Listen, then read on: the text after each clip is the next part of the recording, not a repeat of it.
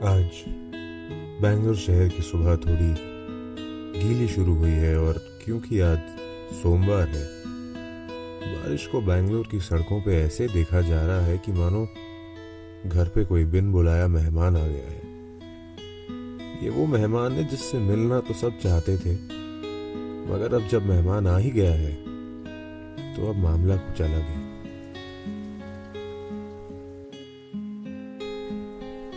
अरे यार जल्दी करना वैभव, अपना बाथरूम क्यों नहीं यूज करता यार तू। भाई वहां सलोनी है, बस अपना स्कोर बीट कर रहा हूँ। रुक रुक यार, बारिश हो रही है, बहुत ट्रैफिक होगा। वैभव अगर तू बाहर नहीं आया तो मैं ये हैंगर पे टंगे तेरे कपड़ों पे पानी डाल दूंगा। डाल दे भाई, वैसे भी बारिश हो रही है बाहर। कहाँ फंस गया यार। क्यों हल्ला मचा रखा है, जा संभाल ले अपना सिंहासन।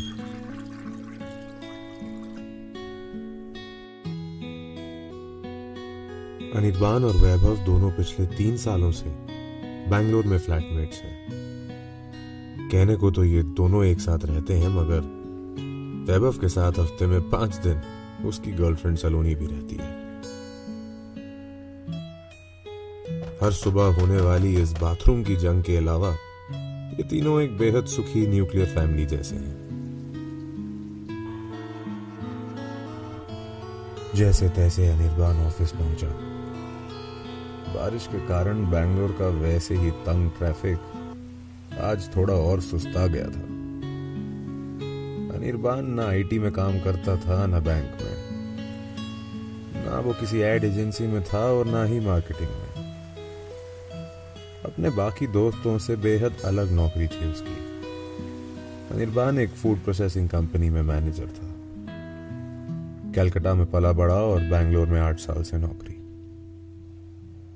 अनिर्बान ना ही अपने इस जॉब से बेहद खुश था और ना ही निराश। आप और हम जैसे कई लोगों की तरह सब बस चल रहा था। ना शिकायत करने का टाइम, ना ख्वाब देखने का मौका।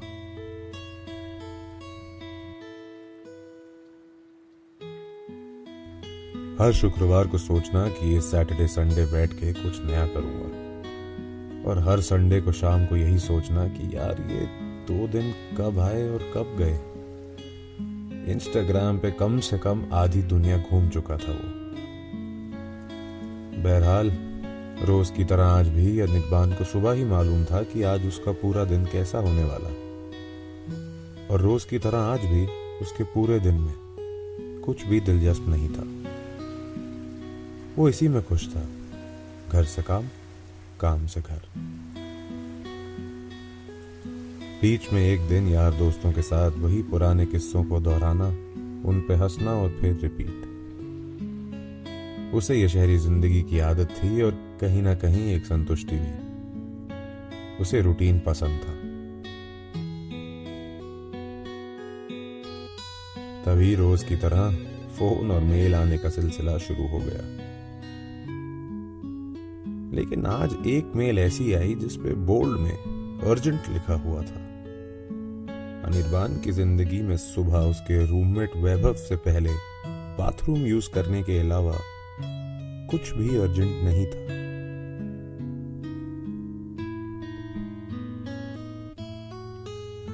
अप्रेजल हुए अभी 1 हफ्ता ही हुआ था, तो उसे लगा कि शायद अप्रेजल का रिजल्ट होगा। हमेशा की तरह यहां भी उसे ना ज्यादा खुशी ना ज्यादा निराशा की उम्मीद थी।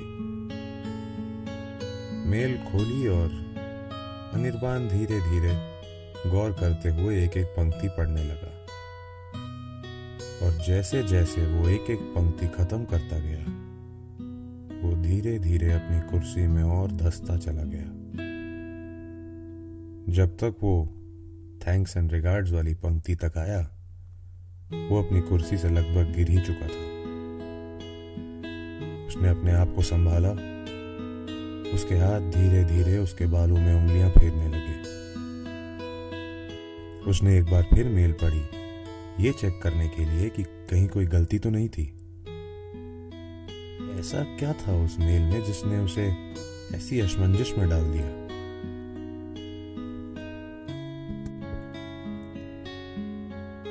उसने हड़बड़ी में गूगल देवता से मदद मांगने की सोची और एक गहरी खोज में लग गया। और जैसे ही गूगल ने नतीजा उसके सामने रखा, वो फिर अपनी कुर्सी में डूबता चला गया। जी, ना तो वो मेल अप्रेजल की थी और ना ही उसके नौकरी से निकाले जाने की। अनिर्बान इस कंपनी का वफादार और काबिल मुलाजिम है और इसीलिए मैनेजमेंट ने उसे एक बेहद जरूरी काम सौंपने का फैसला लिया। कंपनी के नए प्लांट के सिलसिले में उसे कुछ हफ्तों के लिए शहर से बाहर जाना था। हम में से कई लोग ऐसी मेल पढ़ के खुशी से #ट्रैवल वाले स्टेटस अपडेट करने की जल्दी में होते, लेकिन यहां मामला कुछ और था। जाना कहां था? ना दिल्ली, ना बंबई, ना कोई और बड़ा छोटा शहर। अनिर्बान को भेजा जा रहा था ध्यानपुर। जी हां, ध्यानपुर। ये क्या है? गूगल से पूछने के बाद भी उसे सिवाय एक पिन कोड के कुछ नहीं मिला। अब ये घर से काम और काम से घर जाने वाले दस्तूर पसंद अनिर्बान के लिए एक शौक से कम नहीं था।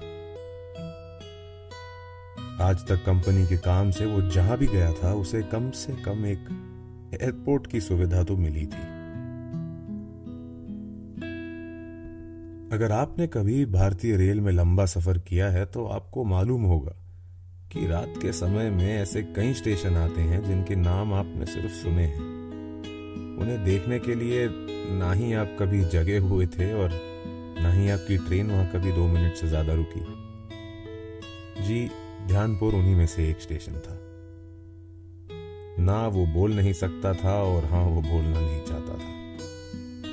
फंस गया अनिर्बान। 3 दिन बाद वो ट्रेन की बोगी के बाहर चार्ट पे अपना नाम ढूंढते हुए मन ही मन ये सोच रहा था कि काश ये बुकिंग कंफर्म ना हुई हो। मगर जब ये संसार आपके खिलाफ कोई साजिश रचता है तो पूरी तैयारी के साथ करता है। रिजर्वेशन कंफर्म थी और कुछ ही मिनटों में बैंगलोर से उसका ये सफर शुरू होने वाला था। वो एक ऐसी जगह जा रहा था जिसकी उसने आज तक एक तस्वीर भी नहीं देखी थी। ऑफिस में बहुत कोशिश करने के बाद उसे पूरे स्टाफ में ध्यानपुर या उसके आसपास के इलाके का कोई नहीं मिला।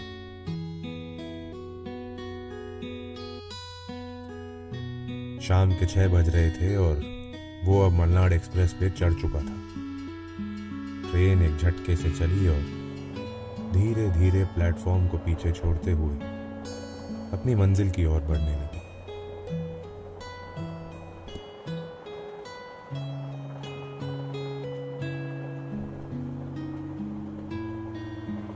अनिर्बान बहुत ही अरसे के बाद ट्रेन में सफर कर रहा था और इससे काफी कुछ बदला नजर आया। कंपार्टमेंट्स पहले से बेहतर थे, साफ सफाई भी पहले से कहीं ज्यादा थी। मगर इंडियन रेलवेज का वो पैसेंजर जो हर किसी को अपने बचपन का पड़ोसी समझता है, वो वैसे का वैसा ही था। अगले 2 घंटों में उसे अपने आसपास बैठे हर इंसान के परिवार के बारे में और उनके परिवार के दूर के रिश्तेदारों के बारे में सब कुछ पता था। किसी तरह अपने आप को इस छोटी सी पंचायत से दूर करते हुए अनिर्बान अपने नीचे की बर्थ पे बैठकर खिड़की के बाहर देखने लगा। बचपन की तरह आज भी वो रेलवे स्टेशन के बुक स्टॉल से 2 अच्छी दिखने वाली किताबें खरीद ही आया था और बचपन की तरह आज भी उन दोनों किताबों के 5-6 पन्ने पढ़ के उन्हें साइड पे रख चुका था। ध्यानपुर भारत के प्राकृतिक खजाने वेस्टर्न घाट्स में छुपा हुआ एक छोटा सा कस्बा है। ट्रेन अब बड़े शहरों को पीछे छोड़कर धीरे धीरे छोटे छोटे कस्बों के बीच से गुजर रही थी। ट्रेन की खिड़की से इन छोटे छोटे कस्बों को गुजरते देखने में जो मजा है, उससे शायद ये पूरा देश सहमत होगा। ध्यानपुर स्टेशन करीब सुबह के 2:30 बजे आना है और अनिर्बान को डर था कि कहीं वो सो गया तो स्टेशन ना निकल जाए। इसी चिंता में जगे रहने की कोशिश करते हुए वो कब गहरी नींद में चला गया उसे पता ही नहीं। कंपार्टमेंट में हुए शोर के कारण अचानक आंख खुली तो देखा 2:15 हो चुके थे और स्टेशन आने ही वाला था। उसने जल्दी से अपना फैला हुआ छोटा मोटा सामान बांधा और दरवाजे के पास जाके सूटकेस पे बैठ गया। पीछे से अटेंडेंट ने आवाज दी, ट्रेन आधा घंटा लेट चल रही है, आपको कहाँ उतरना है? ध्यानपुर, अनिर्बान ने कहा। अटेंडेंट जो अब तक आराम से लेटा हुआ था अचानक उठ के बैठ गया और उसे ऊपर से नीचे देखने लगा। क्या हो गया भाई, ऐसा क्या कह दिया मैंने?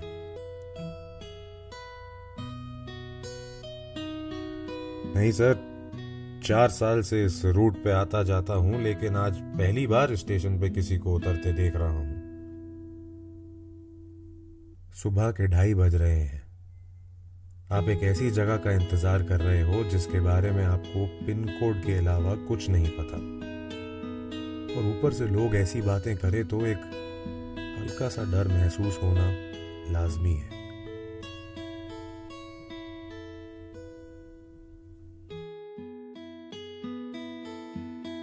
अनिर्बान की धड़कनें भी थोड़ी तेज हो गई। पेट में जैसे तितलियां उड़ने लगी और जैसे जैसे स्टेशन नजदीक आ रहा था उसकी बेचैनी बढ़ती गई। कल तक अपने शानदार अपार्टमेंट में आराम से बैठा नेटफ्लिक्स पे फिल्में देखता हुआ अनिर्बान आज अचानक अपने आप को बहुत ही असुरक्षित महसूस कर रहा था।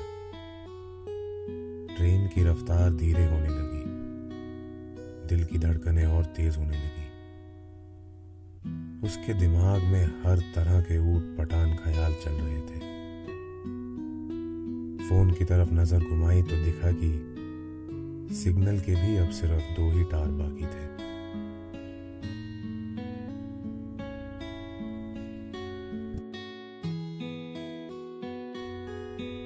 उसने बोगी का दरवाजा खोला तो एक ठंडी हवा के झोंके ने उसका स्वागत किया। प्लेटफॉर्म पे एकदम हल्की हल्की बारिश की बूंदें पड़ रही थी। पूरे स्टेशन में सिर्फ 2 बल्ब जलते नजर आ रहे थे और प्लेटफॉर्म पे सोते हुए 2 कुत्ते दिखाई दे रहे थे। उसने अपने मन में एक अजीब सा मंत्र पढ़ते हुए पहला कदम प्लेटफॉर्म पे रखा। जैसे ही वो ट्रेन से उतरा, बोगी की दूसरी तरफ से टीटी साहब झांकते नजर आए। वो भी देखना चाहते थे कि आखिर ये इंसान है कौन जो ध्यानपुर में उतर रहा है। एक तो वैसे ही वो डरा हुआ था और ऊपर से लोग ऐसी हरकतें करें तो वो डर और बेचैनी दुगनी हो जाती है। ठीक 2 मिनट बाद मलनाड एक्सप्रेस झटके से चलना शुरू हुई और देखते ही देखते उसकी नजरों के सामने से ये कहीं दूर निकल गई। प्लेटफॉर्म की दूसरी तरफ झंडा लहराते हुए एक परछाई सी दिख रही थी जो अब धीरे धीरे उसकी तरफ बढ़ने लगी। उसे ऐसा लग रहा था कि वो एक 6 साल का बच्चा है जो कहीं खो गया है। अपने घर वालों की याद आज से ज्यादा शायद ही उसे कभी और आई होगी। अनिर्बान को पता था कि कंपनी ने उसके लिए एक ड्राइवर और गाड़ी का इंतजाम किया हुआ था। जैसे जैसे वो शख्स उसके नजदीक आता रहा, अनिर्बान वहां से स्टेशन की गेट की ओर चलने लगा। वो उनसे बातचीत टालने के चक्कर में था, लेकिन उतने में आवाज आ ही गई। 1 मिनट। पलट के देखा तो एक 6 फुट 1 इंच का आदमी उसके ठीक बगल में आ खड़ा हुआ। कुछ देर उसने अनिर्बान की तरफ देखा और पूछा, क्या तुम अनिर्बान हो?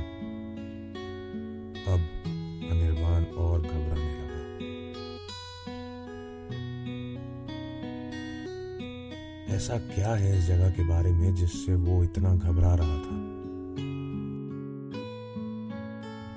क्या ध्यानपुर में अनिर्बान अपना काम करने में सफल होगा, या क्या उसका डर और शहरी सहूलियतें उसे जल्दी ही वापस खींच लेंगी?